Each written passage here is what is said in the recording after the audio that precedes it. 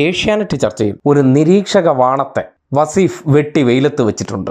പല അന്തിച്ചർച്ച വിദഗ്ധന്മാരും അല്ലെങ്കിൽ ഭജന കമ്മിറ്റി പ്രസിഡന്റുമാർ ഇതുപോലുള്ള ചില നിരീക്ഷകന്മാരെ ചർച്ചകളിൽ ഉൾപ്പെടുത്തും.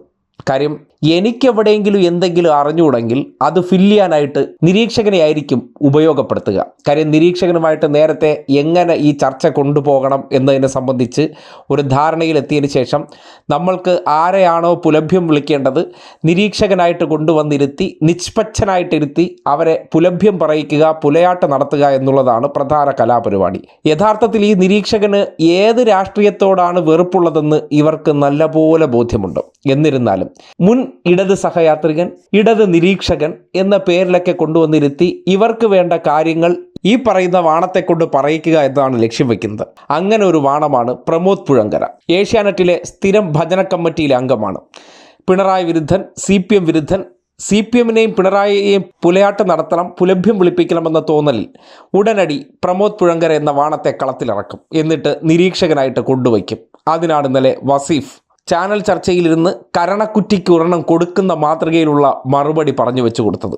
പോവുകയും ചെയ്തു, പറക്കുന്നത് ഉത്തരത്തിലുള്ളത് കിട്ടിയുമില്ല എന്ന് വരുന്ന ഒരു പ്രശ്നം തങ്ങൾ അഭിമുഖീകരിക്കുന്നുണ്ടോ എന്ന് വന്നതോടുകൂടി അടുത്ത നിയമസഭാ തെരഞ്ഞെടുപ്പ് ലക്ഷ്യമിട്ടുകൊണ്ട് തീർത്തും എന്തായാലും അടുത്ത നിയമസഭാ തെരഞ്ഞെടുപ്പ് ലക്ഷ്യമിട്ട് ലോക്സഭാ തെരഞ്ഞെടുപ്പ് കാലത്ത് നടത്തിയ നീക്കങ്ങൾ പരാജയപ്പെട്ടതിന് പിന്നാലെ CPM നടത്തുന്ന നയമാറ്റം അല്ലെങ്കിൽ CPM നടത്തുന്ന ശ്രമം ആയിട്ടാണ് പ്രമോദ് കാണുന്നത്. ഇപ്പോൾ വസീഫ് കൂടി നമുക്കൊപ്പം ചേരുന്നു. ഷാഫി ചാലിയും ചേർന്നിട്ടുണ്ട്.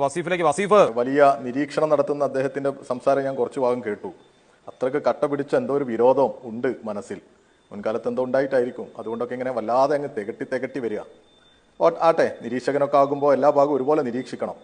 ഈ പറയുന്ന നിരീക്ഷകനും നിങ്ങളും ഇന്നലെ സഖാവ് വിജയരാഘവൻ സംസാരിച്ചതിന് അല്ല, ഞാൻ നിങ്ങൾ പറയുമ്പോൾ ഞാൻ മിണ്ടിയിട്ടില്ലല്ലോ. ഞങ്ങൾ ഏഷ്യാനെറ്റിനോട് പൊതുവെ പറയാറുണ്ട്, ഇതുപോലെയുള്ള നിരീക്ഷകരെ ഒന്ന് വിളിച്ചിരുത്തി. അഭിജോദനെ അറിയാലോ, ഞാനതാ ചോദിച്ചത്. നിങ്ങളൊക്കെ എന്തും വിളിച്ചു പറയുന്നവരാ, നിങ്ങളുടെയൊക്കെ ഐഡന്റിറ്റി എന്താണെന്ന് ഞങ്ങൾക്ക് അറിഞ്ഞുകൂടാ. അതുകൊണ്ട് ഞാൻ നിങ്ങൾ പറയുമ്പോൾ ഇടപെട്ടിട്ടില്ല. അതുകൊണ്ട് അങ്ങനെയൊന്നും വേളം വെക്കല്ലേ. ഞാൻ ഈ നിരീക്ഷകരെ കുറിച്ച് പറയും, നിങ്ങളൊരു നിരീക്ഷകനെ സംസാരം അല്ല ഈ പറയുന്നത്. നിങ്ങളോട് രാഷ്ട്രീയം പറയേണ്ട ആവശ്യം എനിക്കില്ല. അത് പറഞ്ഞിട്ട് വലിയ കാര്യമില്ല. അതൊക്കെ